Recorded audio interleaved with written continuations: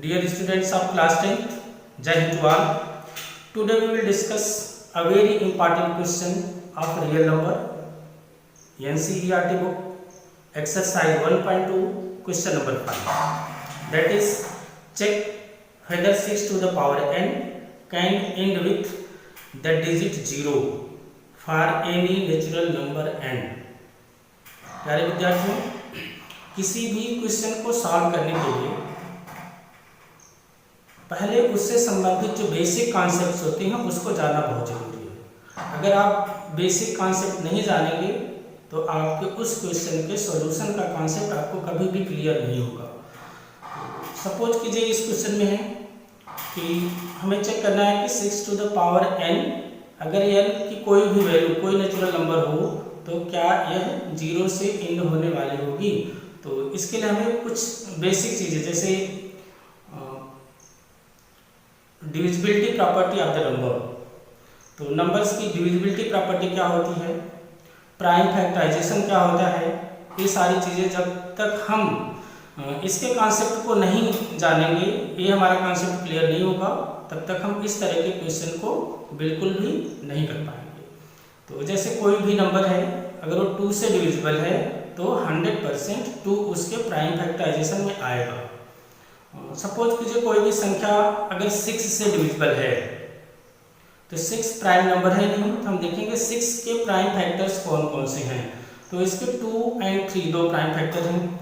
तो अगर कोई भी नंबर 6 से डिविजिबल है तो निश्चित रूप से दैट नंबर कंटेन्स 2 और 3 एज इट्स प्राइम फैक्टर।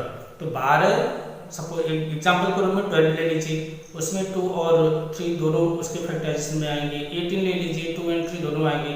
मतलब अगर कोई संख्या 6 से डिविजिबल है तो निश्चित रूप से उसमें 2 और 3 एज ए प्राइम फैक्टर आएंगे, और अगर 2 और 3 एज ए प्राइम फैक्टर नहीं आ रहे हैं तो निश्चित रूप से वो संख्या नहीं है।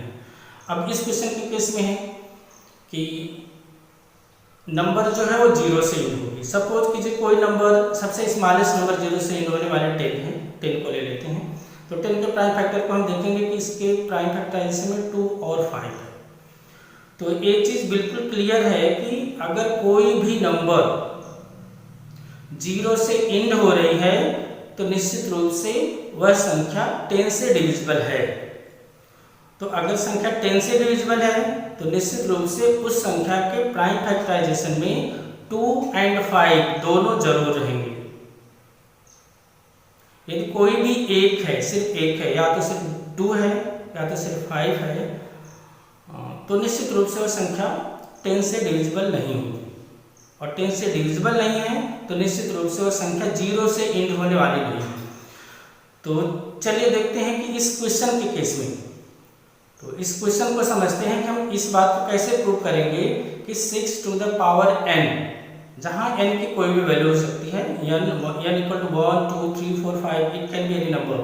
6 टू द पावर अगर हम 1 रखते हैं तो 6 को 1 टाइम मल्टीप्लाई करेंगे तो 6 ही आएगा। अगर हम n की वैल्यू 2 रखते हैं तो 6 टू द पावर 2 हो जाएगा, तो हो जाएगा 6 इंटू 6।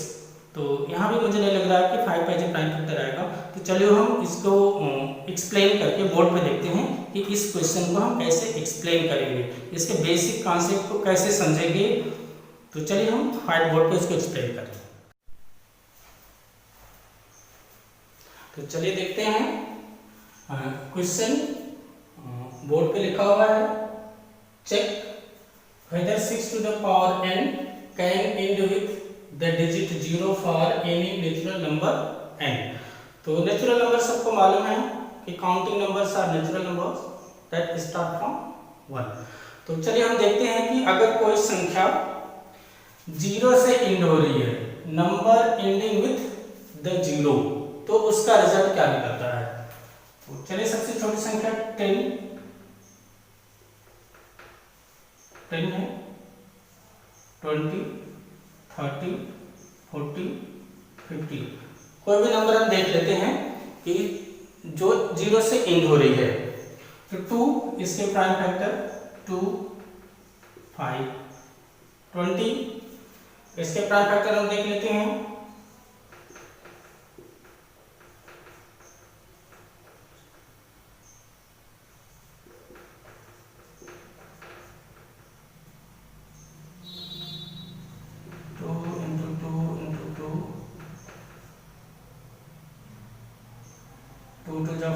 जा 8 5 जा,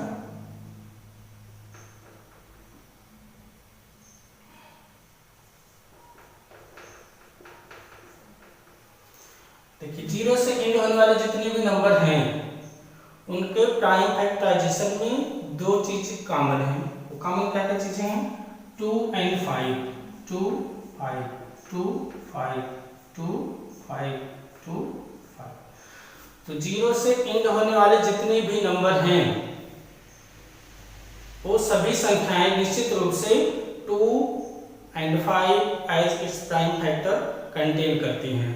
तो अगर किसी भी नंबर में 2 और 5 उसके प्राइम फैक्टर नहीं है तो निश्चित रूप से वो संख्या 0 से एंड होने वाली नहीं है। तो चलिए अब हम देखते हैं 6 to the power n इसके केस में जो हमें दिया हुआ है 6 to the power n के केस में हमें इसके कौन कौन से प्राइम फैक्टर निकल के आते हैं। तो क्वेश्चन का है कि for any natural number n, तो हम n की वैल्यू कोई नेचुरल नंबर रखते हैं। सपोज कीजिए फॉर n equal to 1, तो 6 to the power n, that means 6. For n equal to 2, चलिए अब लगे हाथ हम इसके प्राइम फैक्टर भी देख लेते हैं। इसका प्राइम फैक्टर क्या होगा? प्राइम फैक्टर इसका हो गया 2 into 3, 6। अगर हम n की वैल्यू 2 लेते हैं, n की वैल्यू 2 लेंगे तो यहाँ जाकर it will be 6 to the power 2, that means we have to multiply 6 2 times, is equal to 6 into 6, and its prime factors are, the prime factor of 6 is 2 and 3, and also this 6 contains 2 and 3, that means 6 into 6 contains its prime factor only 2 and 3. For next, if the value of n is 3, that is 6 into 6 into 6, and prime factors will be 2 into 3 for this 6, 2 into 3 for this 6, and 2 into 3 for this 6। तो ये चीज clear हो गया कि हम 6 में 6 to the power n में यानी कि कोई भी वैल्यू पुट करेंगे तो 6 into 6 into 6 into 6 ही आएगा, और उसके जो प्राइम फैक्टर्स हैं 2 into 3, 2 into 3, 2 into 3 ही आएंगे। मतलब इस यानी कि हम कोई भी वैल्यू रखेंगे तो इसके जो प्राइम फैक्टर्स हैं उसमें सिर्फ 2 और 3 यही दो ही प्राइम नंबर आएंगे, और इनकी संख्या चाहे जितनी हो लेकिन सिर्फ 2 और 3 ही रहेंगे। लेकिन किसी भी संख्या को 0 से एंड होने के लिए वो 10 से डिविजिबल होगी, और अगर वो 10 से डिविजिबल है तो निश्चित रूप से उसके प्राइम फैक्टर में 2 और 5 दोनों आएंगे। तो यहाँ तक हमें क्लियर हो गया कि 6 to the power n में किसी भी नेचुरल नंबर n के लिए कोई भी वैल्यू पुट करें 1 2 3 4 5 whatever number you can put, you will find only 6 6 6 6, and you will find the prime factors 2 3 2 3 2 3. That is clear. That is no any natural number for 6 to the power n that the number end with the digit 0। तो ऐसी कोई natural number n नहीं है जिसको हम यहाँ put कर दें 6 to the power n में n की जगह पे पुट कर दें तो ऐसी संख्या हमें मिल जाए जो 0 से एंड होने वाली हो। तो चलिए हम इसका सॉल्यूशन देखते हैं कैसे करेंगे।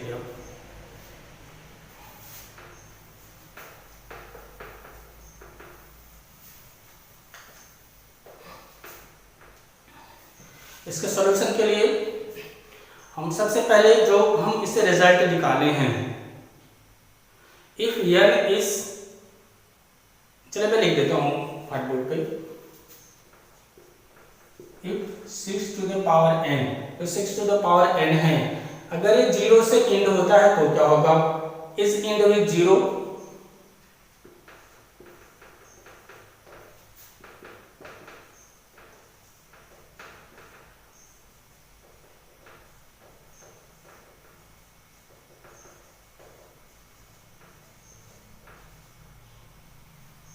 अगर ये किसी भी नेचुरल नंबर n के लिए 0 होता है तो इसके लिए फिक्स है, क्या होना चाहिए कि ये जो नंबर होगा उसके जो प्राइम फैक्टर होंगे वो 2 और 5 निश्चित रूप से होंगे। Then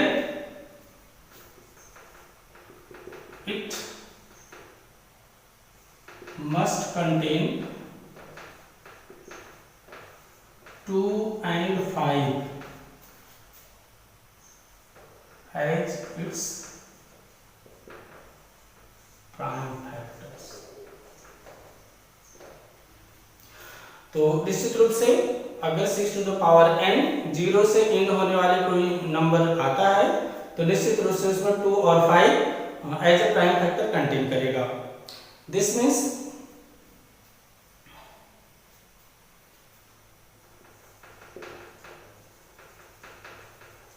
This means 6 to the power n that the power prime factorization of 6 to the power n should contain 2 and 5। चलिए हम इसको एक लाइन को हम कम करते हैं, आगे बढ़ते हैं। But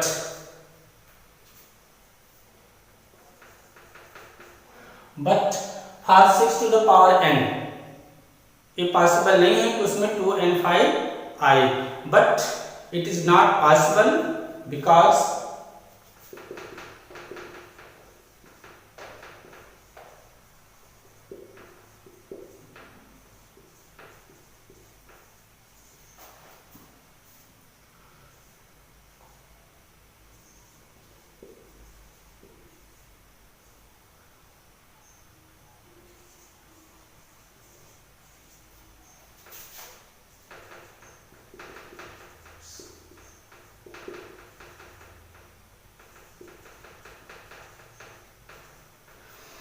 six to the power n 2 and 3 दो ही प्राइम नंबर को कंटेन करता है अपने प्राइम फैक्टराइजेशन में।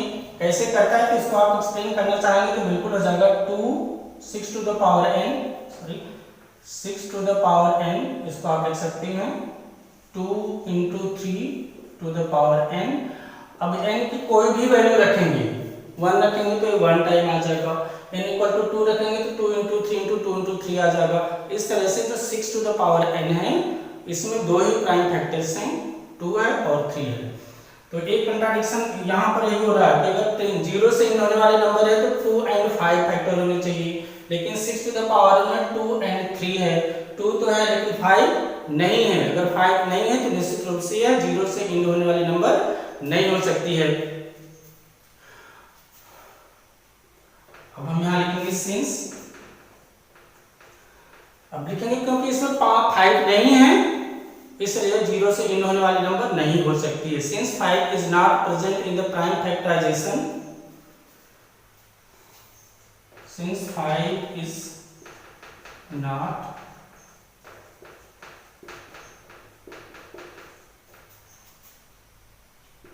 In its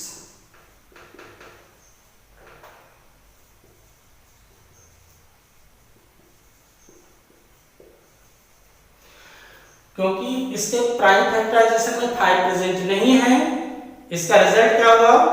that means there is no natural number n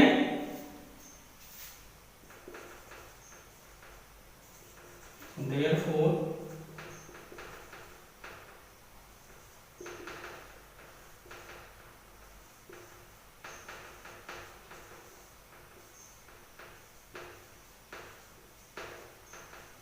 इसका रिजल्ट क्या निकल रहा है कि अगर 5 प्राइम फैक्टर में नहीं है that means there is no any natural number n for which ये जो क्वेश्चन में दिया हुआ है for which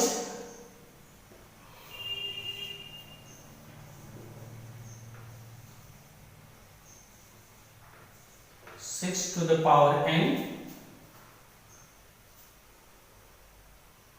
6 to the power n can end with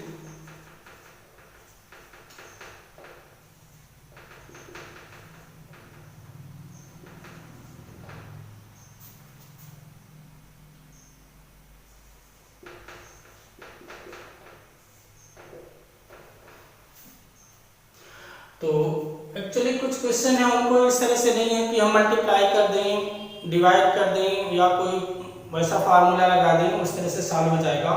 कुछ क्वेश्चन ऐसे हैं जैसे क्वेश्चन हुआ, इसके लिए हम इसका जो सुटेबल